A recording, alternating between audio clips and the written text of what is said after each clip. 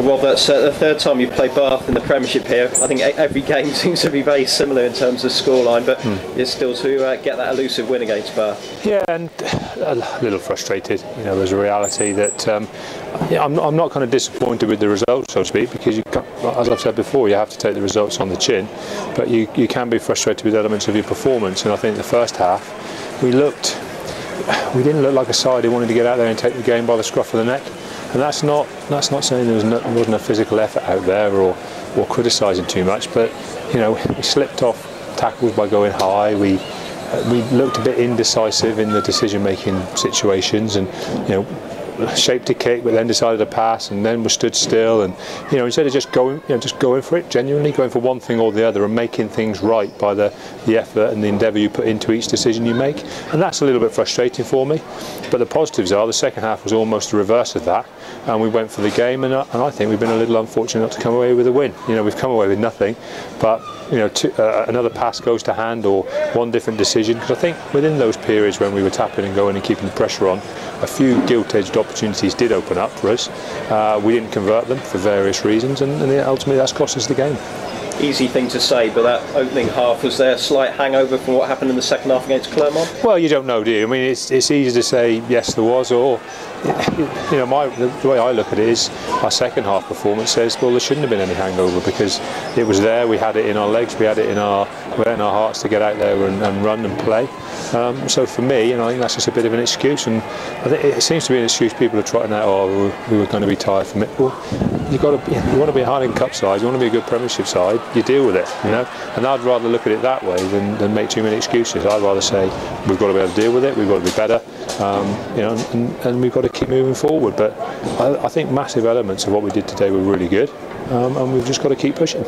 It's just a shame, as you said, you played so much better in the second half. That try by Francois Lowe, there was a bit of a killer blow, wasn't it, at that point? Yeah, a little bit, but you know, these kind of things happen. But the reality is, you know, it's something you've just got to play, and you've got to go after games. And you know, defensively we were a little softer than I'd like today at periods. You know, not so much our moving around the pitch and our effort, but our one-on-one hits were a little bit off.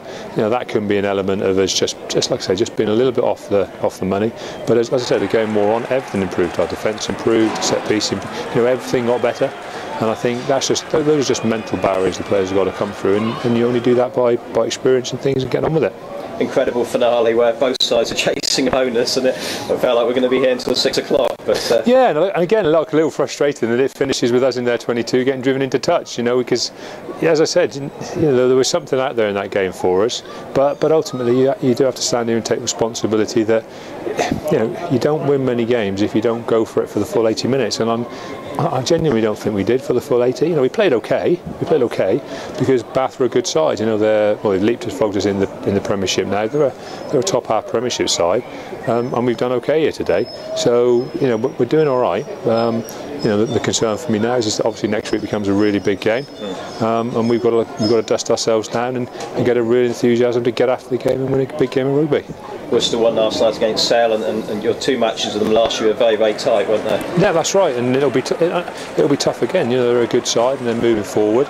But you know, we've got it in us to beat anybody, and I think today showed that, you know, if you're not right on the money, you know, you can get hurt, and that's what happened today. Dean Mum and Gonzalo Camacho came in. Gonzo back after his international duties. He looked very sharp, particularly in the second half. Yeah, I think I needed the first 40 minutes to get back into it, because for I think the first 15 minutes he was all over the shop. I don't think I've ever seen him miss so many tackles and just be flying around all over the place. But there's a truth to it. You know, you do need to get back in the saddle and get playing again.